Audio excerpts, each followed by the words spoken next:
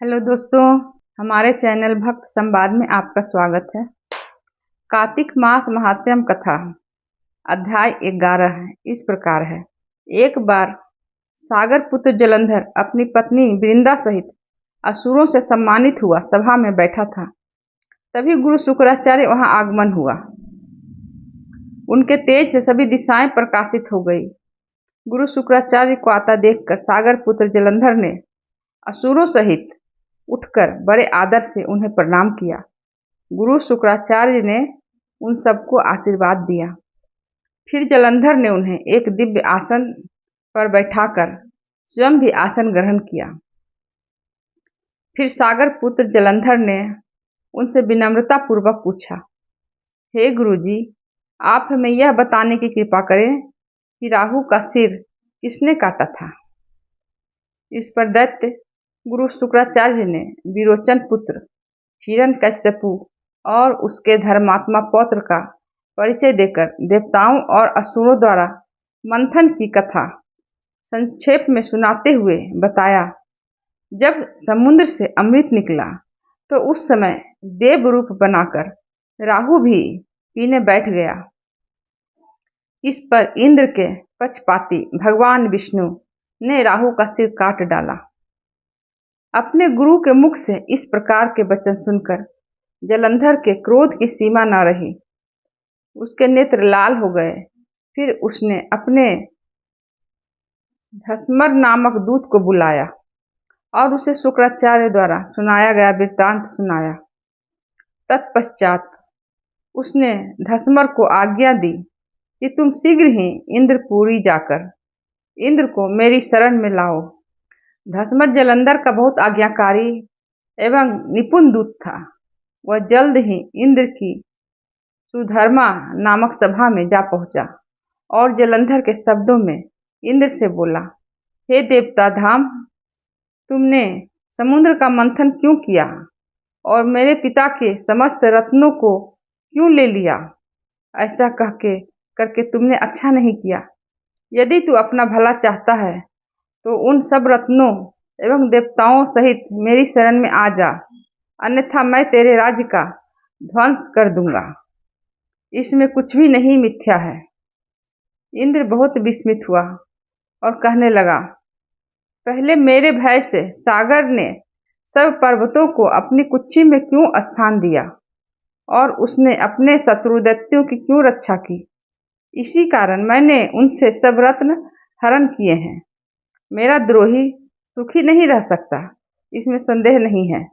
इंद्र की ऐसी बात सुनकर वह दूत शीघ्र ही जलंधर के पास आया और सब बातें कह सुनाई।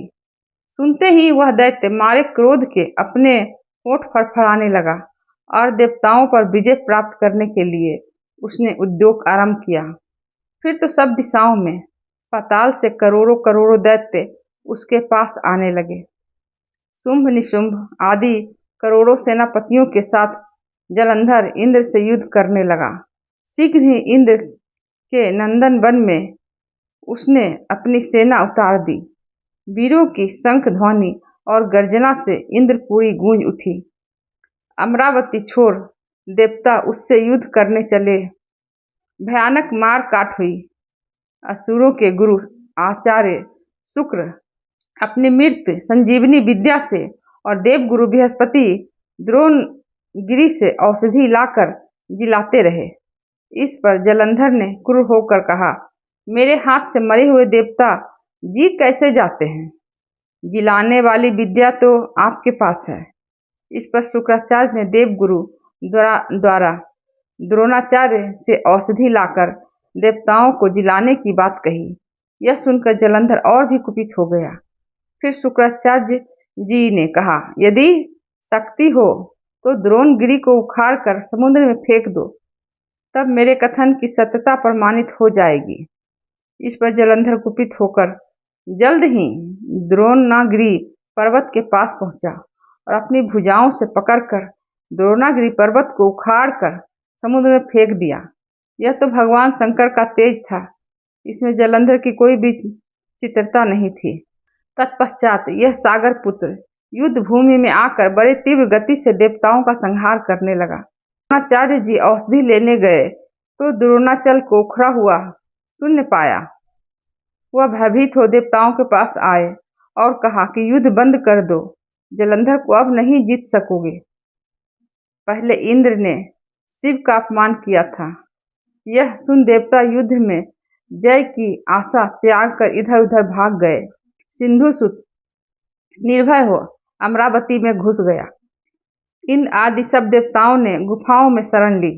जय श्री हरि। जय तुलसी माता मैया, जय तुलसी माता, जय तुलसी माता मैया, जय तुलसी माता। सब जग की सुखदाता, सबकी वरदाता, जय तुलसी माता। सब योगों से ऊपर, सब रोगों से ऊपर, रज से रक्षा करके सबकी भव त्राता, जय तुलसी माता मैया, जय तुलसी माता। बटु पुत्री है श्यामा, सुर बलि है ग्राम्या, विष्णु प्रिया जो नर तुमको सेवे, सो नर तर जाता, जय तुलसी माता मैया, जय तुलसी माता। सब जग की सुखदाता, सबकी वरदाता, जय तुलसी माता। हरि के शीस विराजत, त्रिभुवन से हो वंदित, पतित जनों की तारिणी तुम हो विख्याता, जय तुलसी माता मैया, जय तुलसी माता। लेकर जन्म बीजन में आई दिव्य भवन में, मानव लोक तुम्ही से सुख संपत्ति पाता, जय तुलसी माता मैया, जय तुलसी माता।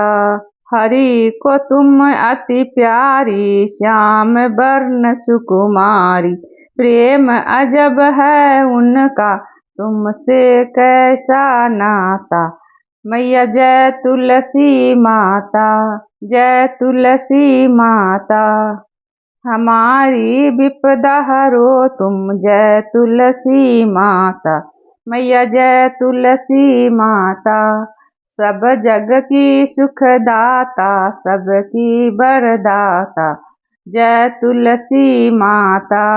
सुन तुलसी महारानी, दीवाना तेरा बनवारी, सुन तुलसी महारानी, दीवाना तेरा बनवारी, सुन तुलसी महारानी, दीवाना तेरा बनवारी। जब तुमने राधा रूप धरा है, जब तुमने राधा रूप धरा है, कान्हा बने बनवारी, दीवाना तेरा बनवारी, सुन तुलसी महारानी, दीवाना तेरा बनवारी।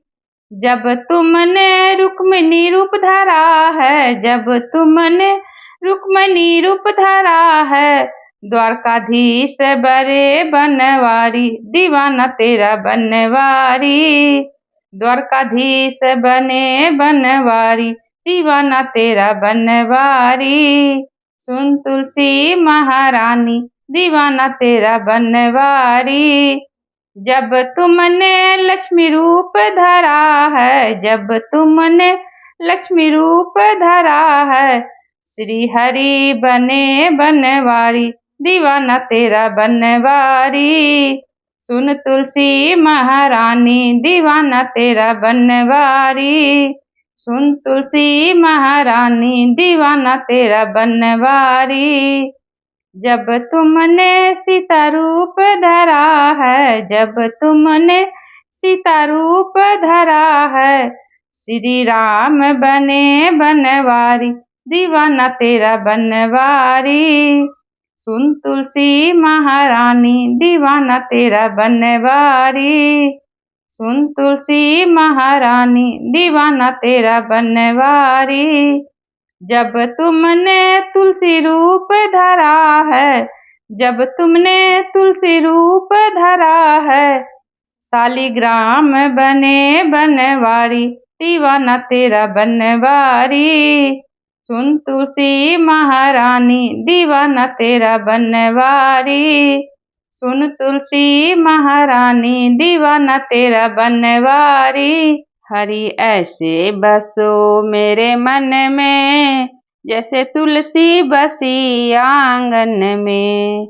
हरि ऐसे बसो मेरे मन में जैसे तुलसी बसी आंगन में।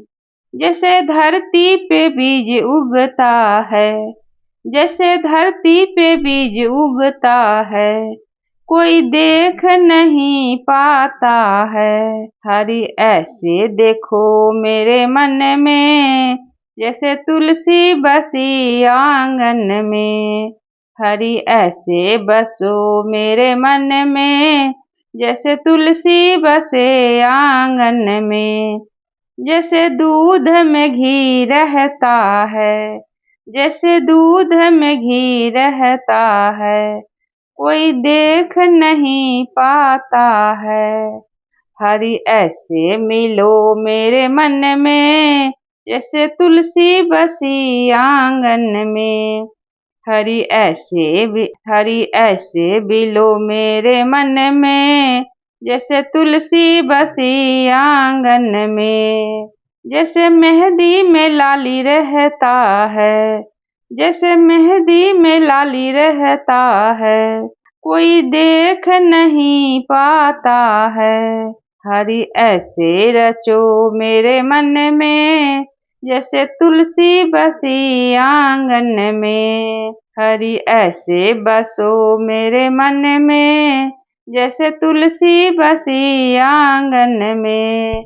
हरि ऐसे बसो मेरे मन में जैसे तुलसी बसी आंगन में।